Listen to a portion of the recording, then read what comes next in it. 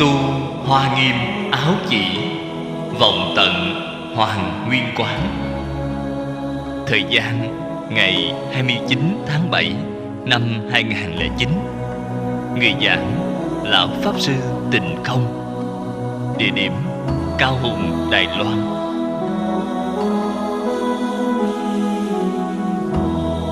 Tập 66A.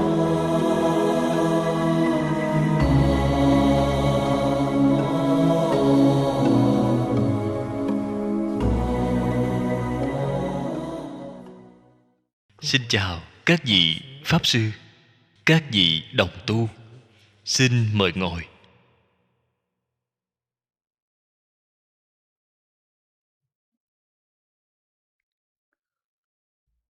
Mời xem Tu hoa nghiêm áo chỉ, vọng tận hoàng nguyên quán. Kinh văn tờ thứ 13, hàng thứ tư. Bắt đầu xem từ tam giả. Tam giả: nhu hòa chất trực, nhiếp sanh đức, vị đại trí chiếu chân, danh di chất trực, đại bi cứu vật, cố giết nhu hòa. Chúng ta xem trước cái đoạn này. Đây là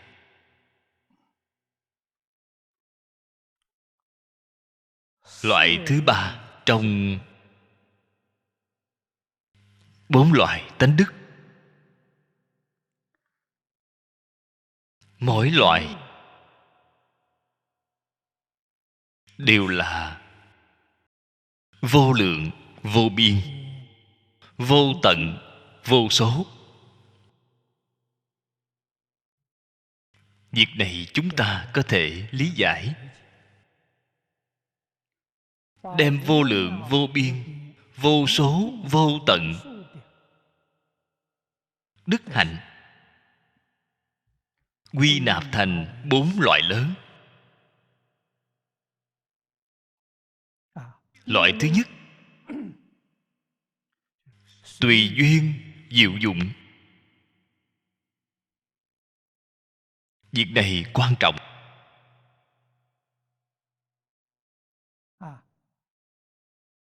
Chư Phật Như Lai, chúng ta gọi là Pháp Thân Bồ Tát, minh tâm kiến tánh,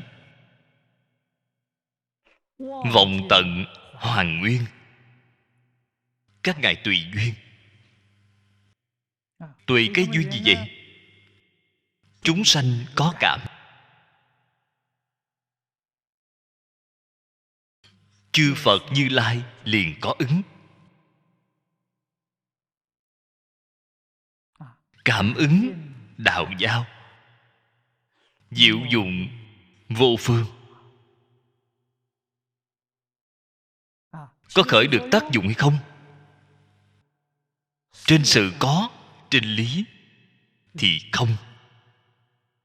Trên tướng có, trên tánh không. Đó gọi là diệu dụng.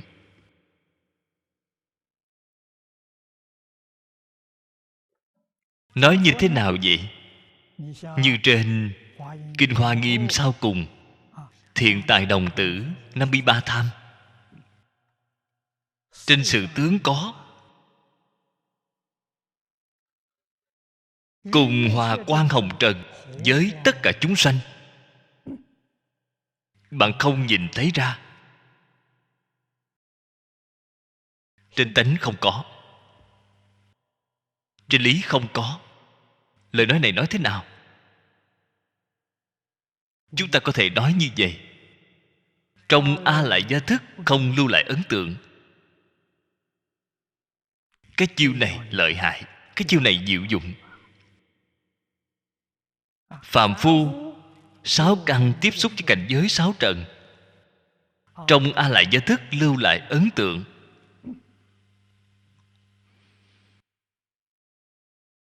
Chúng ta lại nêu một thí dụ. Cái thí dụ này người xưa thường nói người giác ngộ.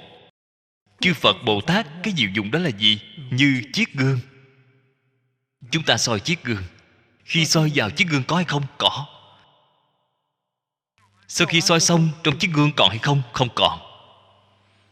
Chúng ta lại nghĩ xem, ngay khi chúng ta đang soi thì trong gương có hay không? Không có. Không lưu lại ấn tượng. Không phải khi không soi thì không có, ngay khi soi cũng không có. Phàm phu sáu cõi dụng tâm giống như cái gì? Thực tế mà nói, không chỉ sáu cõi, 10 pháp giới cũng không ngoại lệ.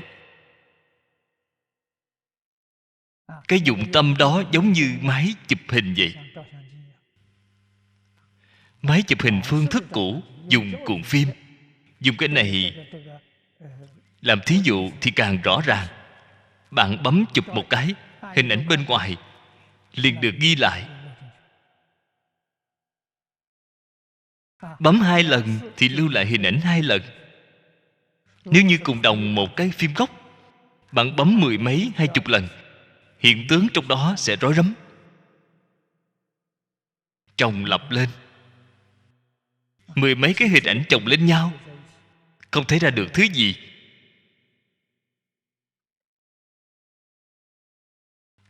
Thế nhưng bạn phải nên biết một cái chân tướng sự thật. Mỗi một bức hình đều không như nhau, chỉ là trùng điệp với nhau mà thôi. Nếu như hiện tại dùng phương pháp khoa học kỹ thuật cao, đem mấy chục tấm trùng điệp này phân ra, mỗi tấm đều không như nhau. Lưu ấn tượng. Lưu ấn tượng thì không diệu. Lưu ấn tượng là gì? Lưu ấn tượng chính là nhân quả. Nhân thiện, cảm quả thiện. Nhân ác, cảm ác báo. Chúng ta chúng sanh sáu cõi, cái thân này là cái thân gì? Thân nghiệp báo. Cái này phải nên biết. Thân nghiệp báo có tùy duyên, không có diệu dụng.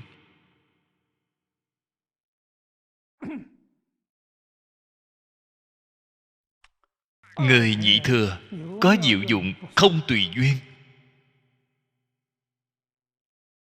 Vì sao vậy? Kiến tư phiền não của họ đoạn rồi.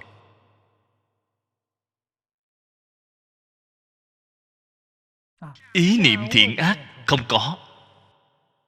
Chúng ta nói thiện ác vô ký, họ thấy đều không có. Đó là diệu dụng. Họ không tùy duyên. Bồ Tát thì viên mãn. Tùy duyên diệu dụng, vô phương đức. Bồ Tát hiện tiền.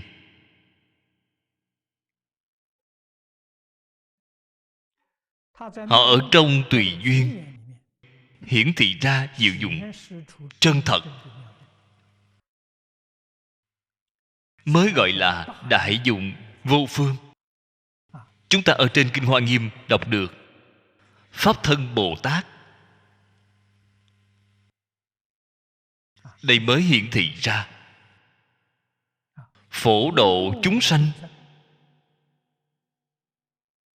đồng thời nâng cao chính mình.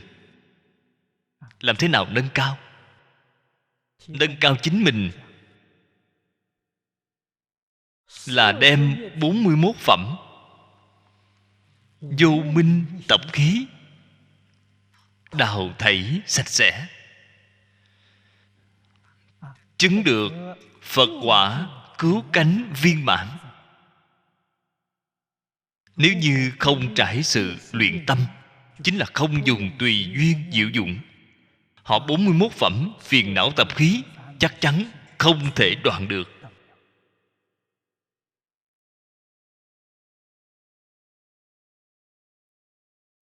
Nếu bạn hỏi họ dùng phương pháp gì, Kinh Hoa Nghiêm sau cùng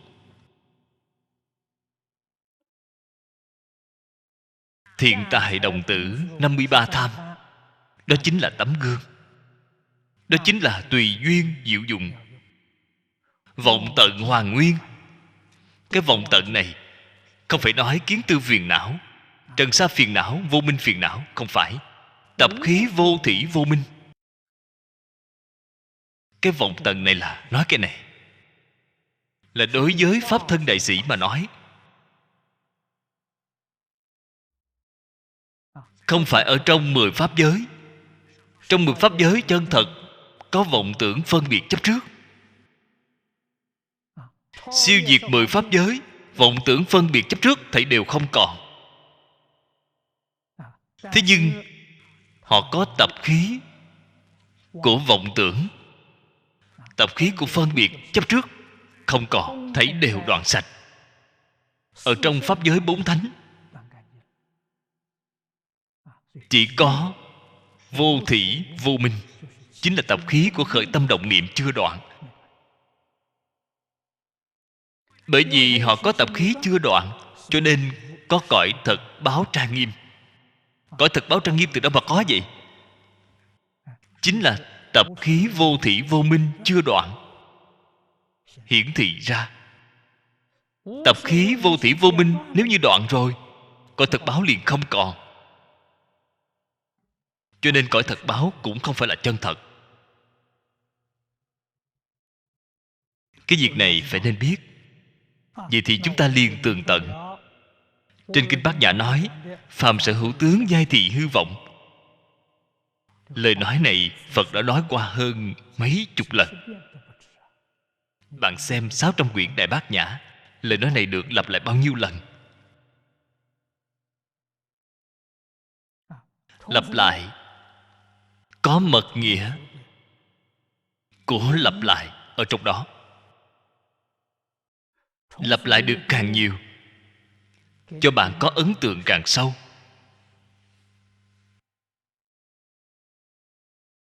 Để bạn mỗi giờ mỗi phút đều có thể nhớ được. Thông thường chúng ta gọi là đề khởi công phu quán chiếu. Không luận bất cứ việc gì hiện tiền, bạn lập tức nghĩ đến phàm sở hữu tướng giai thị hư vọng. Tự nhiên vấn đề liền giải quyết, liền không còn. Buông xả rồi. Tại vì sao không thể buông xả?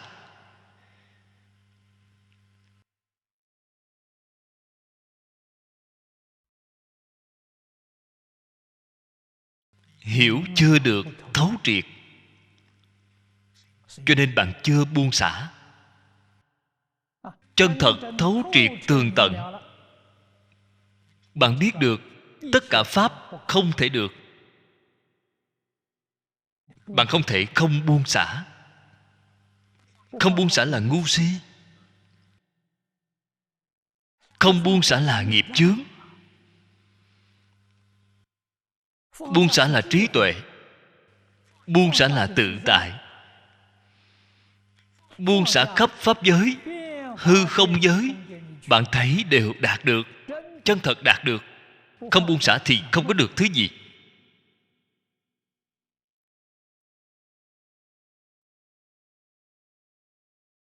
Chúng ta là muốn có được hay là không muốn có được?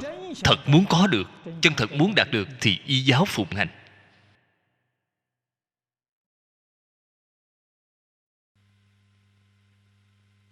Đây là chân tướng sự thật, thật tướng các pháp.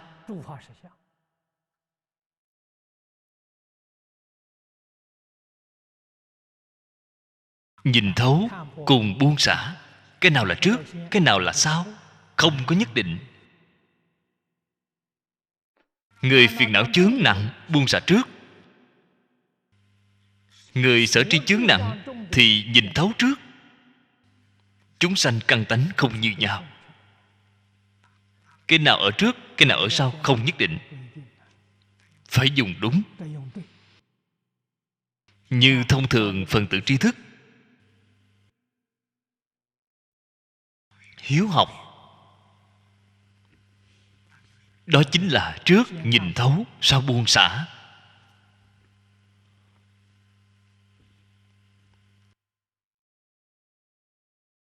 Thông thường chưa đọc qua sách, thuật ngữ của hiện tại nói người không có văn hóa. Con người này rất thành thật,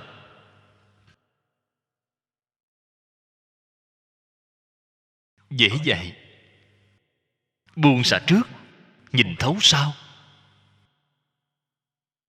Bạn dạy họ buông xả, họ chân thật buông xả. Bạn bảo họ nhất tâm niệm Phật, họ chân thật niệm Phật. Niệm đến 2-3 năm sau, họ liền được niệm Phật tam muội. Niệm Phật tam muội là tên gọi chung. Nếu nói tỉ mỉ, nó cũng có 3 bậc: thượng, trung, hạ, tam đẳng. Thượng đẳng gọi là lý nhất tâm bất loạn. Trung đẳng gọi là sự nhất tâm bất loạn. Hạ đẳng gọi là công phu thành khói. Đều gọi là niệm Phật tam muội. Công phu hạ phẩm cạn, vừa mới vào cửa. Công phu trung phẩm đắc lực. Thượng phẩm khai trí tuệ.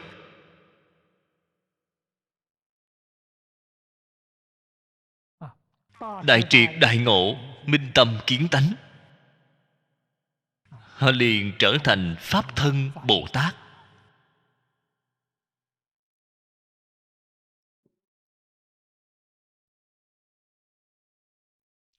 Bồ Tát thảy đều nhiếp thọ chúng sanh.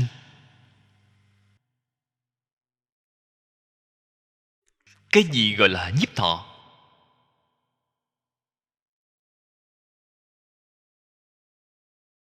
Nếu như chúng ta dùng một câu nói trong Ngũ Luân: phu tử hữu thân, chúng ta dùng câu nói này để giải thích nhiếp thọ. Các vị thử nghĩ xem, có thỏa đáng hay không? Cha mẹ đối với con dạy, tôi nghĩ từng giây từng phút đều quan tâm đến chúng. Đó gọi là nhiếp thọ.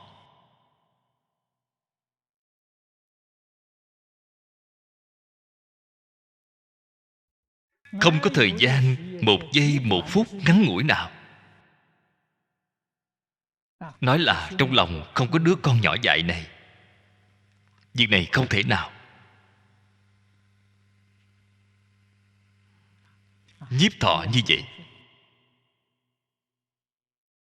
thông thường nói chí ít 3 năm. Đến khi trẻ nhỏ biết đi, biết nói chuyện, có năng lực chăm sóc chính mình rồi, cha mẹ mới bớt lo đi một chút, trong tâm nới lỏng một chút.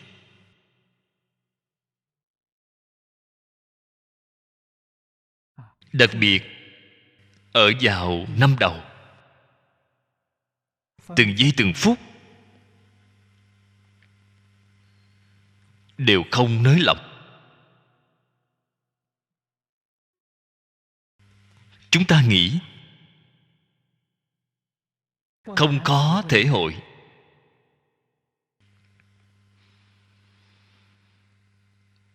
Bồ Tát chân thật đem vọng tưởng phân biệt chấp trước buông xả rồi. Cũng giống như vừa mới làm mẫu thân. Trẻ nhỏ là ai? Tất cả chúng sanh trong 10 pháp giới.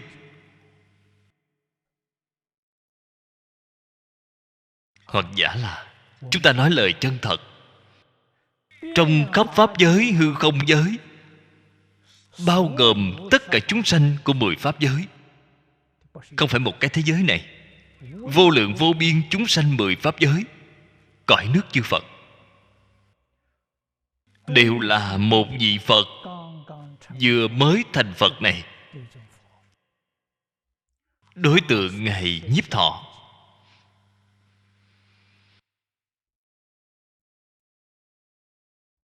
Bởi vì ở trong cái cảnh giới này, thời gian không gian không có.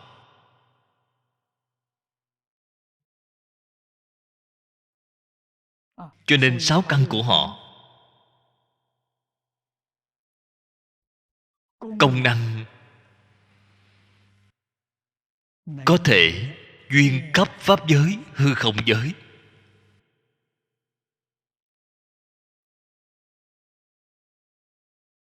Chúng sanh nơi nào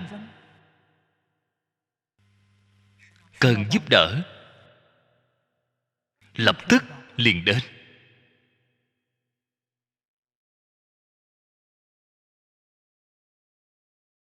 Sóng động của tâm niệm, tốc độ cũng là siêu vượt thời không. Không có hạn cuộc của thời không. Chính là nói, ý niệm vừa mới khởi liền châu biến pháp giới.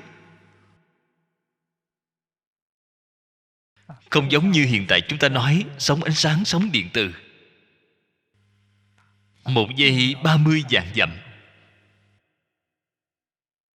10 giây 300 vạn dặm.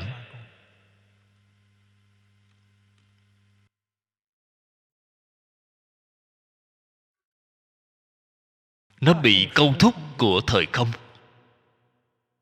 Sóng của tâm thì không bị câu thúc của thời không. Ý niệm vừa khởi lên, nó liền trùm pháp giới, hư không giới.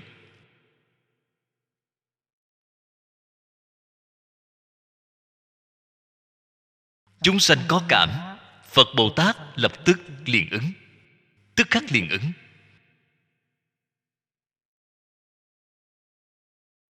Cảm ứng vô phương, không nhất định. Việc này trên kinh nói được rất hay. Đáng dùng thân gì để độ thì hiện ra thân đó để độ. Đáng dùng cái thân gì không phải là ý bên này của Bồ Tát, là do người cảm. Chúng sanh đó cảm, họ cầu Bồ Tát Quan Âm, Phật liền hiện thân Bồ Tát Quan Âm.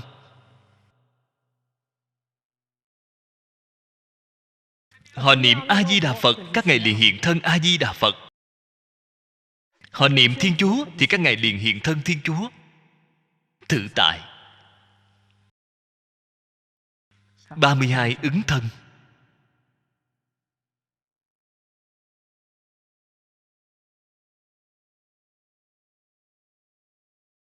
Nói pháp,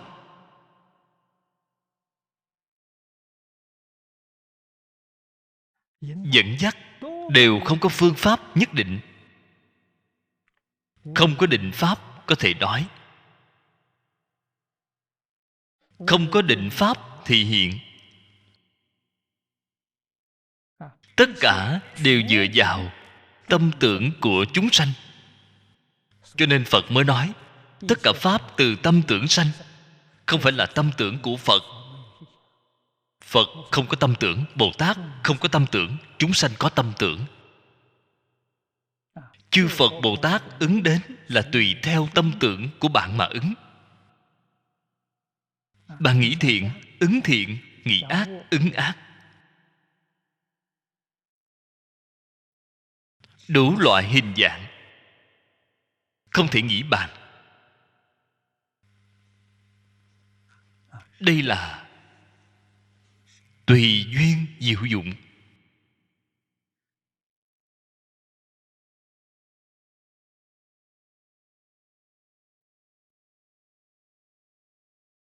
Vậy thì đoạn thứ hai, oai nghi hữu tắc.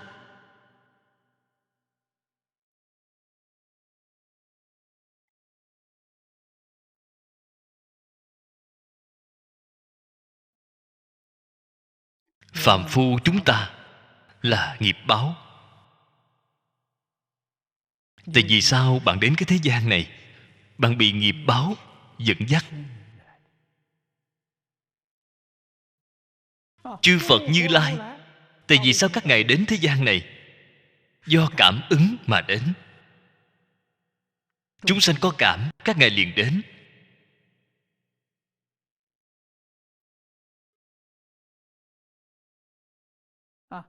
Nếu như không có duyên của cảm, Phật Bồ Tát có ứng đến thì cũng không thấy.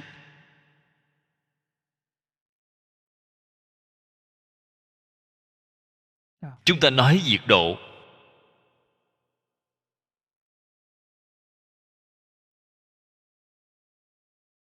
kỳ thực không có sanh diệt. Làm gì có sanh diệt? Các ngài không có sanh diệt. Chúng ta thực tế mà nói cũng không có sanh diệt. Họ không có sanh diệt là rõ ràng tường tận, thông suốt thấu đáo. Chúng ta không có sanh diệt là hoàn toàn không biết, mà còn ngộ nhận có sanh diệt.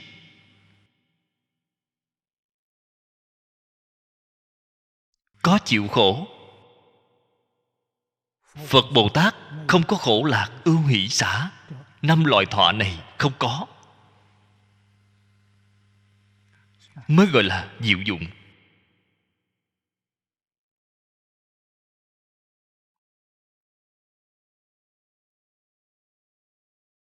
Chư Phật Bồ Tát đã thể hiện ra, chính là oai nghi hữu tắc, hoàn toàn tùy thuận tánh đức.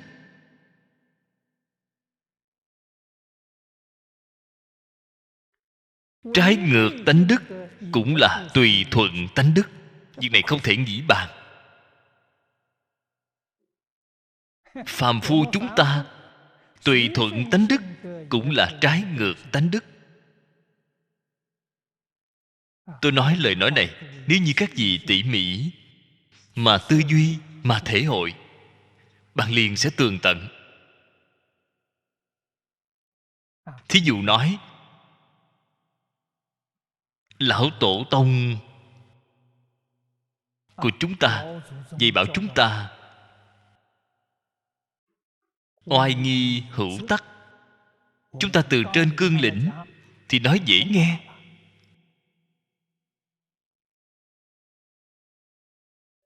Tắc là nguyên tắc, đức là đức hạnh,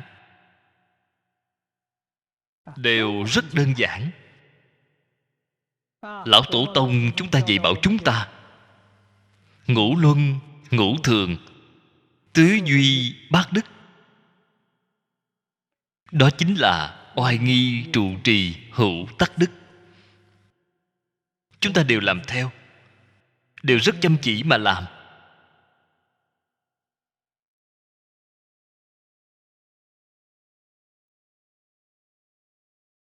Chúng ta là đúng hay là sai? Vừa rồi mới nói chúng ta vẫn là sai. Sai ở chỗ nào? Bạn xem, ta học tập thánh hiền, những luân thường đạo đức này ta đều làm được rồi.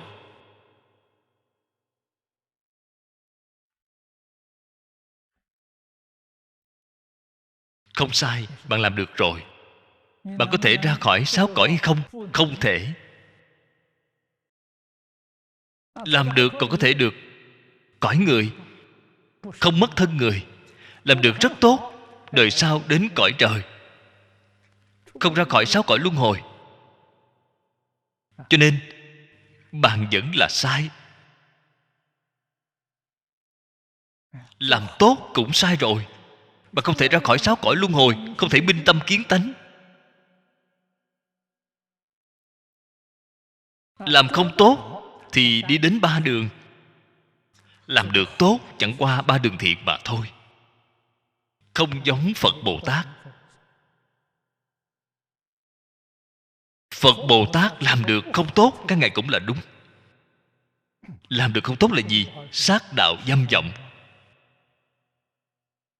Phật Bồ Tát thì hiện ở thế gian chúng ta có làm sát đạo dâm vọng hay không? Có lúc cũng có. Các vị xem 53 tham. Thắng nhiệt Bà La Môn thì hiện ra ngu si cho chúng ta xem.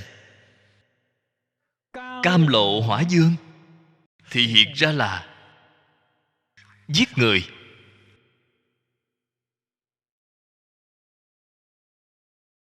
Hung bạo.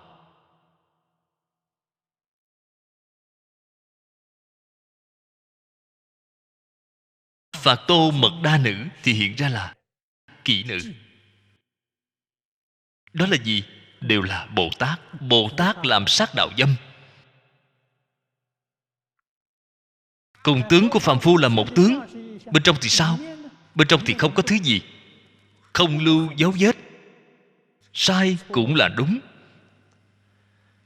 Chúng ta thì làm đúng rồi thì lưu lại dấu vết, cho nên cũng là sai. Chư Phật Bồ Tát thì hiện đến thế gian này để phổ độ chúng sanh. Chúng sanh này cần phương thức gì để độ họ, thì liền dùng phương thức đó để độ họ. Liền có thể làm cho họ khai ngộ, liền có thể làm cho họ quay đầu.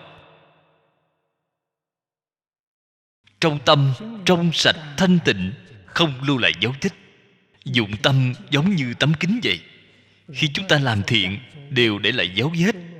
Phim gốc của máy chụp hình ghi lại một đống hỗn độn.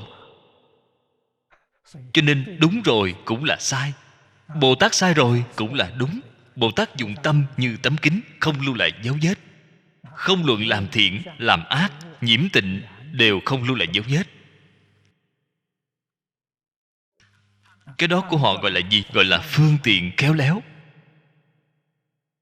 Chúng ta là loại phàm phu này, phàm phu sáu cõi, nghiệp chướng thâm trọng, tập khí rất sâu, chỉ có thể học thiện, không thể học ác. Bồ Tát dùng phương pháp ác liệt để độ chúng sanh, chúng ta không thể học. Chúng ta chỉ có thể học thiện. Cái đạo lý này phải hiểu. Đến lúc nào thì bạn mới có thể học Bồ Tát? Tam muội hiện tiền vẫn không đủ. Trí tuệ hiện tiền thì được.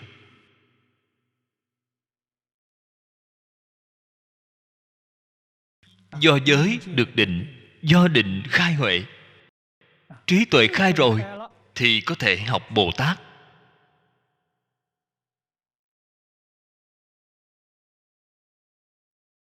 Trí tuệ chưa khai thì không thể học. Việc này chúng ta không thể không biết. Đặc biệt là sơ học. Lão sư sợ học trò sinh ra hiểu lầm. Phương tiện khéo léo đem những chân tướng sự thật này giảng rõ ràng, giảng tường tận. Cho nên chúng ta tôn kính đối với vô số hành vi, việc làm của Bồ Tát.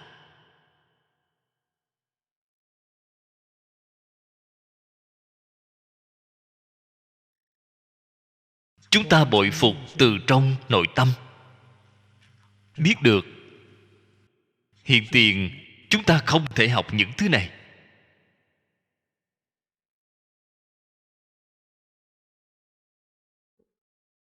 Tu học phải an định thứ lớp.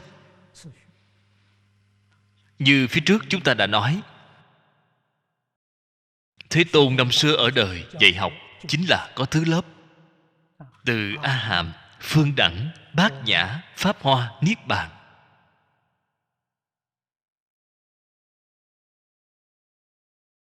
Đây là thuật ngữ của nhà Phật.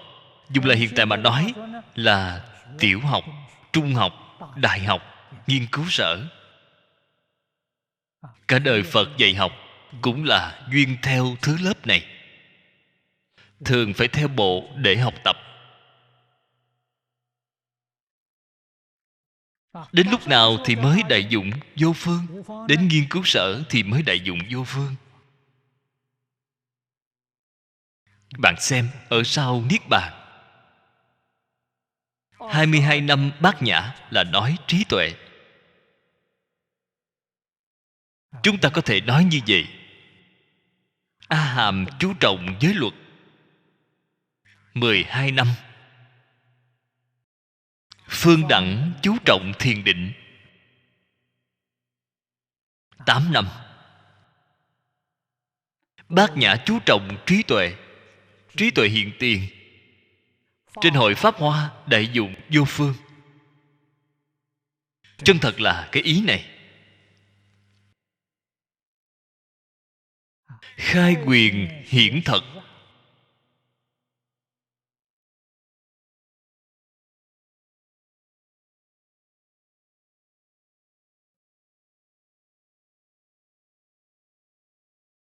xả vọng quy chân.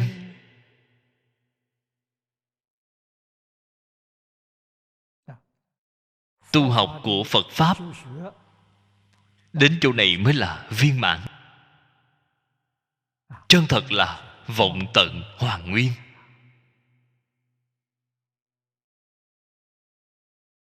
Ở Trung Quốc, Tổ sư Đại Đức xưa thường nói: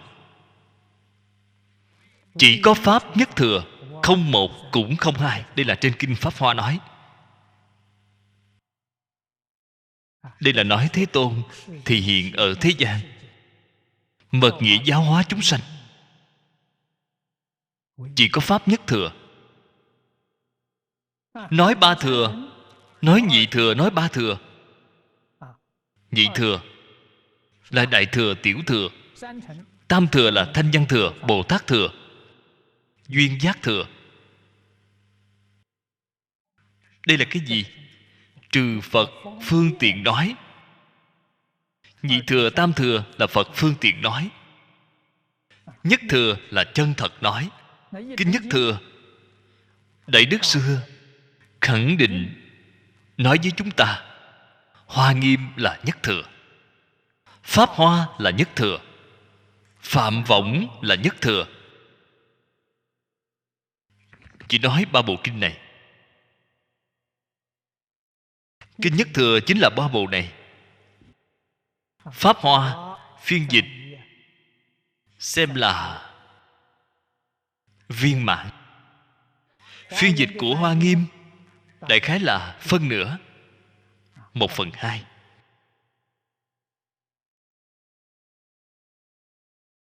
Tuy là không viên mãn, giáo nghĩa của Hoa Nghiêm đã hiển thị viên mãn rồi. Mà Kinh Phạm Võng chỉ có một phẩm. Bồ Tát Tâm Địa Giới Phẩm, 2 quyển. Đó cũng là một bộ đại kinh. Phân lượng cũng không thua gì Hoa Nghiêm. Chưa truyền đến Trung Quốc. Hiện tại thất truyền rồi, đã không tìm thấy nguyên văn. Chúng ta chỉ có thể xem thấy trong Bồ Tát Giới Phẩm, lộ ra cho chúng ta một tin tức.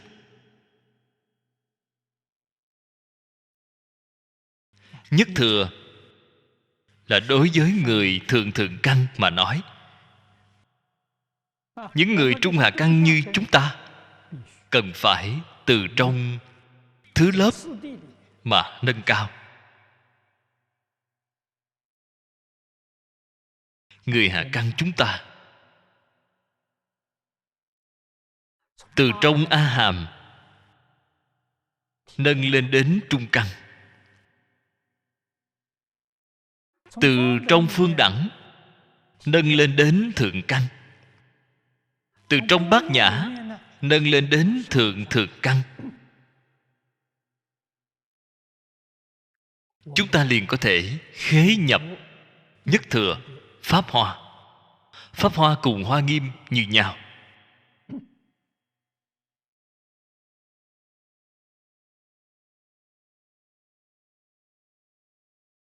Đạt đến cứu cánh viên mãn.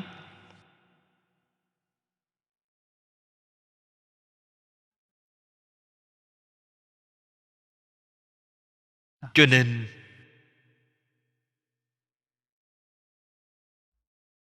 trụ trì hữu tắc, đây chính là nhất định phải giữ quy củ. Học tập phải giữ quy củ. Quy củ của cổ thánh tiên hiền là có đại đạo lý ở trong đó, không thể xem thường mà phê phán, không thể so sánh.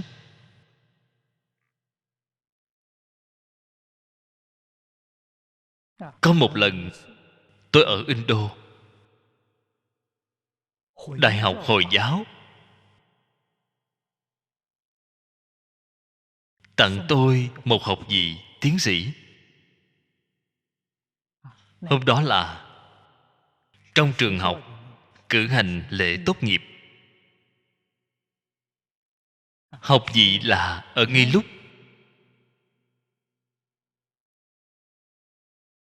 cử hành lễ tặng cho tôi.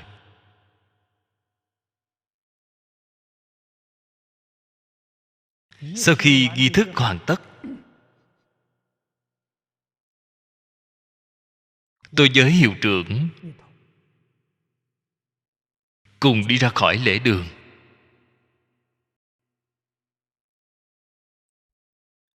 Chúng tôi đi tản bộ ở trong sân trường. Hiệu trưởng nói với tôi, đại học chúng tôi có so sánh tôn giáo học, có cái khóa trình này.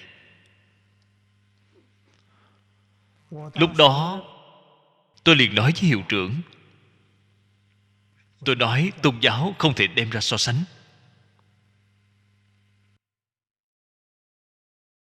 Ông nghe không hiểu, không hiểu được cái ý của tôi, nhìn vào tôi. Tại vì sao không thể so sánh?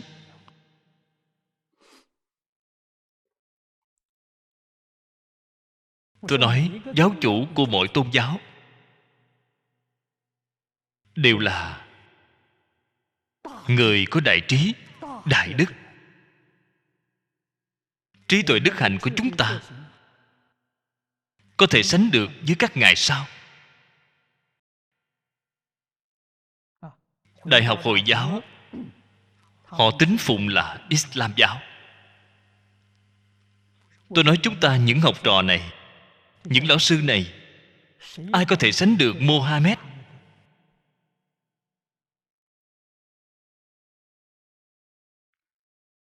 Ai có thể sánh được Giêsu? Ai có thể sánh được Thích Ca Mâu Ni Phật? Chân thật, không có người dám nói. Trí tuệ có thể so được các ngài, không thể so sánh với các ngài, thì bạn làm sao có thể phê bình giáo học của các ngài?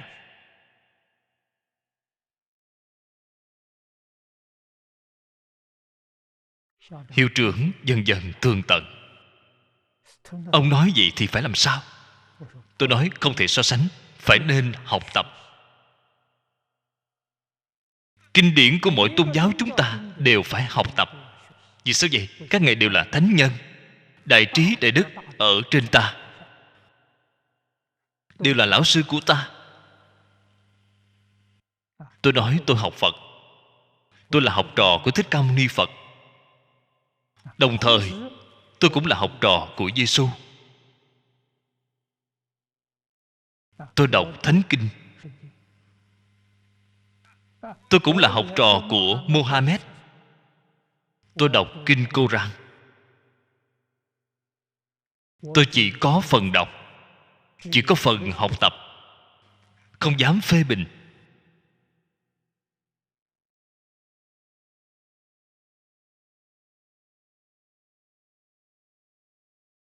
Lão thật, trung thực, thân cận người nhân.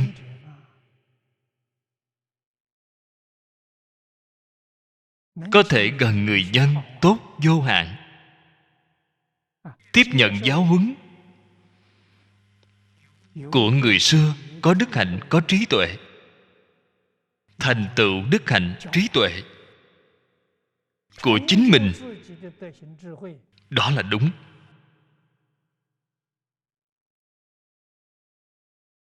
Cho nên cái trường học này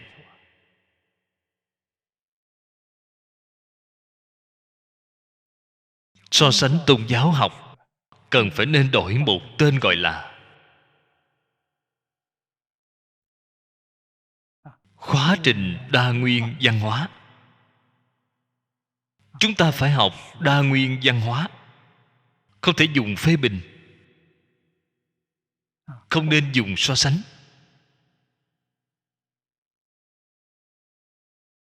Phải dùng tâm thanh tịnh, tâm bình đẳng, tâm chân thành mà tiếp nhận. Chúng ta có thể được đại lợi ích.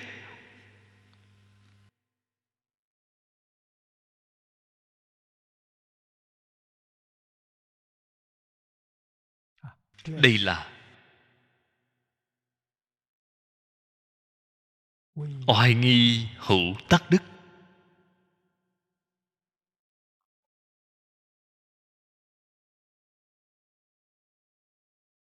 Hiện tại cái thời đại này,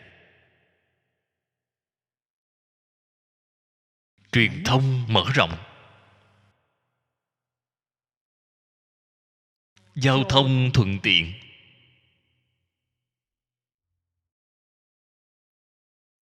địa cầu chân thật biến thành thôn địa cầu.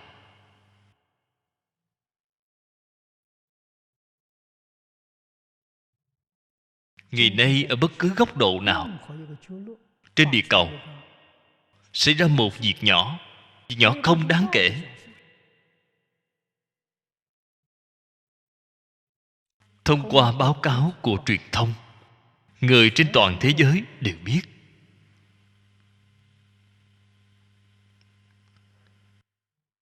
Cho nên địa cầu, có người nói thôn địa cầu, không sai. Địa cầu biến thành người một nhà, còn mật thiết hơn so với một thôn. Biến thành một nhà. Chúng ta trùng tân nhận thức gia tộc của chúng ta. Nhân loại cư trụ ở trên địa cầu này chính là gia tộc của chúng ta. Vào thời trước, bởi vì không có những công cụ giao thông, già chết không hề qua lại, cư ngụ ở một khu vực nào, hình thành văn hóa của cái khu vực đó.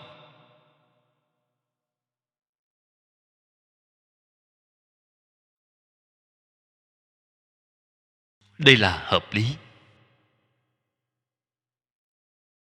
Hiện tại khoa học kỹ thuật phát triển, đem từng điểm văn hóa nhỏ của mỗi quốc gia thấy đều sâu kết lại, biến thành văn hóa của toàn thể địa cầu. Đây đều là chân tướng sự thật, chúng ta phải tiếp nhận.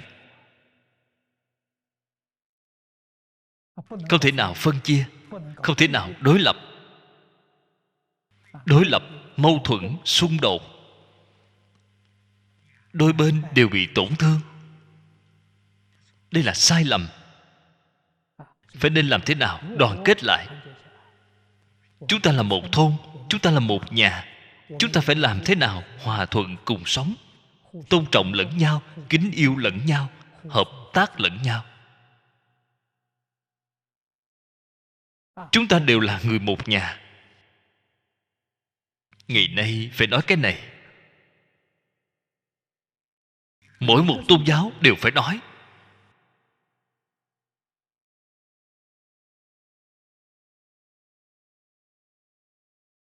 Trong mỗi một tộc quần, truyền thống văn hóa đều phải nói.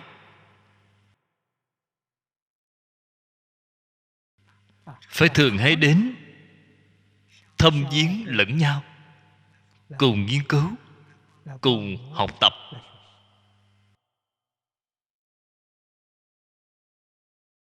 Ở trong văn hóa, ở trong đời sống,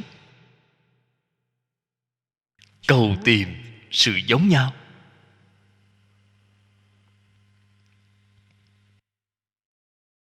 Người địa cầu này của chúng ta liền có hạnh phúc. Nhân sanh hạnh phúc mỹ mãn là toàn nhân loại, không phải một chủng tộc nào.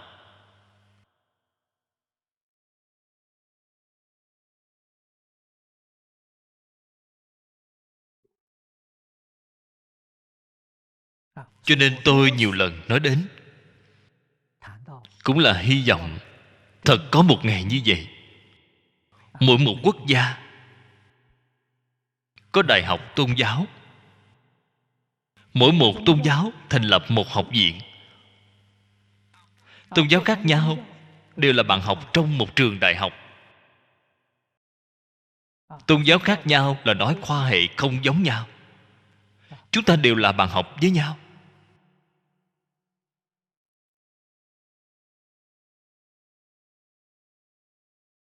Khái luận của tôn giáo học là bao gồm tất cả điển tích của tôn giáo,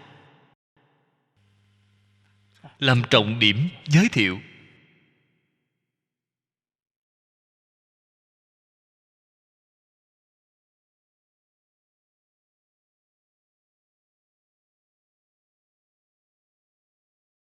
Giữa tôn giáo và tôn giáo hợp tác mật thiết. Có đại học tôn giáo, có thêm một đại học đa nguyên văn hóa,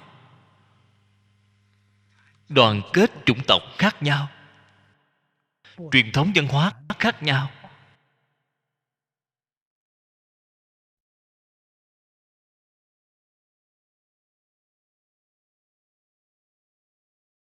Chúng ta tin tưởng thành tựu của họ nhất định giống như trên Kinh Hoa Nghiêm Phật giáo đã nói. Đại Phương Quảng Phật Hoa Nghiêm Kinh. Cái đề kinh này là thí dụ. Hoa như vườn hoa, giống như vườn hoa lớn. Vũ trụ là một vườn hoa lớn, chủng tộc khác nhau, tôn giáo khác nhau, giống như các loài hoa khác nhau. Trong một vườn hoa này, nên có đều có, xinh đẹp vô cùng. Đề kinh của Kinh Hoa Nghiêm hiển thị ra là tâm lượng như vậy. Tâm bao thái hư, lượng khắp pháp giới, cứu cánh mỹ mãn. Cho nên tôi nói ở trong đây, không chỉ là Hoa Nghiêm như vậy, nó có lý luận viên mãn, đạo đức viên mãn, nhân quả viên mãn, khoa học cùng triết học viên mãn.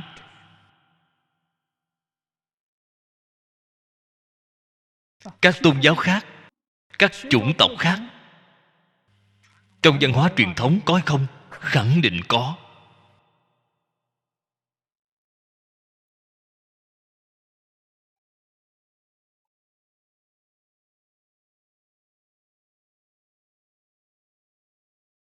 Cho nên chúng ta sống vào thời đại hiện tại này, thời đại khoa học kỹ thuật cao, phải nên hướng đến phương hướng này mà tiến, hướng đến cái mục tiêu này mà nỗ lực. Vì thì mới có thể chân thật cứu vãn thế giới, không đến nỗi để thế giới này rơi vào ngày tàn.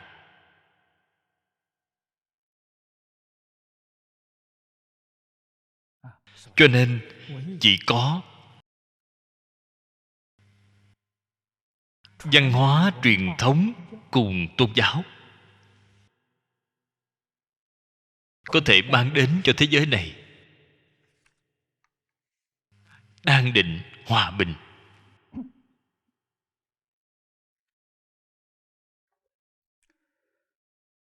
Từ giới được định, giới di định thể,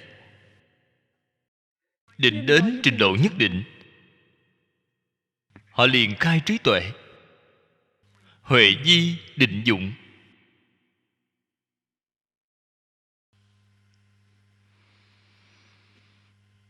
như vậy mới có thể nhiếp thọ tất cả chúng sanh. Tự nhiên, không có chút nào miễn cưỡng. Giống như cha mẹ quan tâm con dạy, không kèm theo bất cứ điều kiện nào. Đây gọi là thân. Cái ái này gọi là thân ái.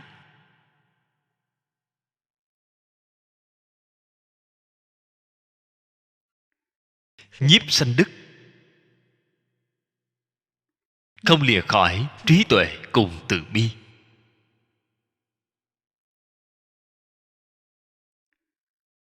Có câu là đại trí chiếu chân, danh di chất trực. Trất là bản chất. Trực là chánh trực.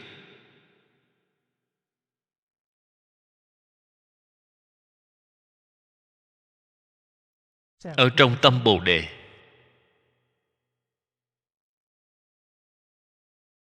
gọi là tâm chân thành.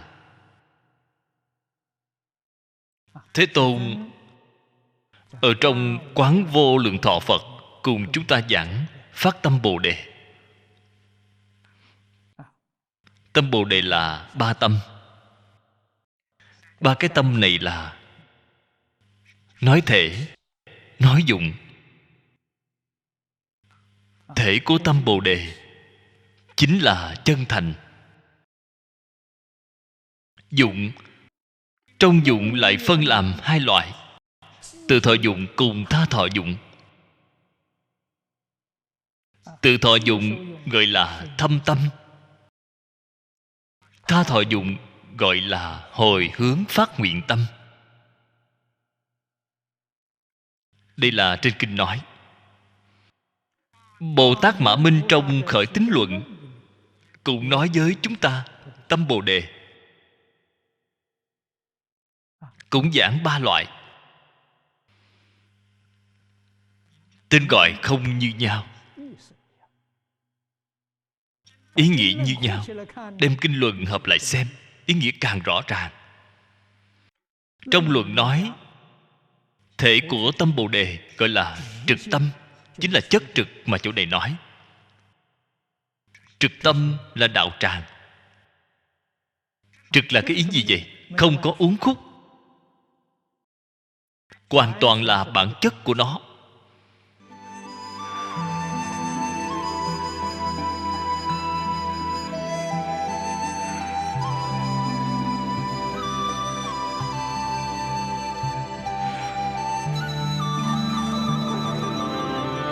Cẩn dịch Vọng Tây Cư Sĩ. Địa chỉ email vongtaicư sĩ@gmail.com. Người đọc Hạnh Quang. Phát tâm cúng dường do nhóm Hoa Nghiêm thành tâm cúng dường. Nguyện cả thảy chúng sanh đều tín niệm Di Đà, đồng cầu sanh về nước Cực Lạc.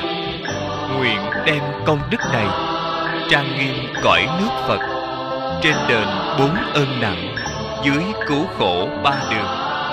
Nếu có ai thấy nghe, đều phát tâm Bồ Đề, hết một báo thân này, đồng sanh về nước Cực Lạc. Nam Mô A Di Đà Phật.